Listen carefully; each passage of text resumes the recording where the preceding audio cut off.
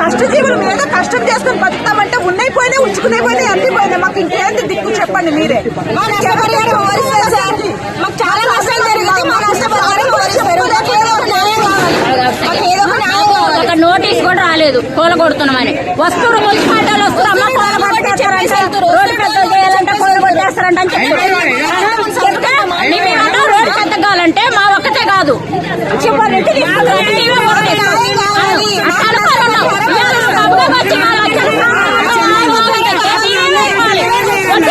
వ్యాపారాలు చేసుకుంటాం. మరి పేద జనం మరి ఇప్పుడు అన్ని నాయనైతే అన్ని కూలగొట్టేదాకైతే మేము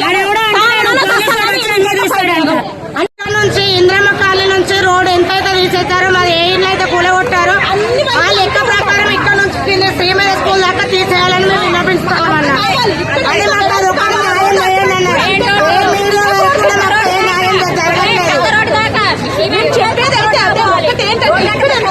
కావాలన్నారు రోడ్డు అటువైపు కూడా అంతే కావాలి. ఇంకొకటి ఇక్కడ కూడా ఒకరికొకరుగా చూడొద్దు, అందరూ ఒక్కటే. మేము అలాగే వాళ్ళ మనుషులు మేము మనుషులు, మేము కూడా అన్నది ఉంటుంది. మాకు కూడా అర్థం అవుతుంది ప్రాబ్లం. కాబట్టి అటువైపు ఎలాగో ఇటువైపు అలాగే ఉండాలి.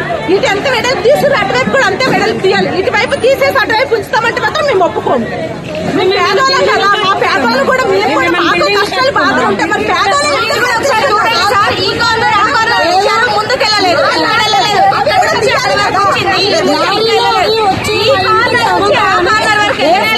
మేము రక్షణ కోసం ఎవరికి ప్రాబ్లం కాదు. ఇప్పుడు మా ఇంటికి వాళ్ళు వస్తారా కింద దాకా తీసుకెళ్ళండి.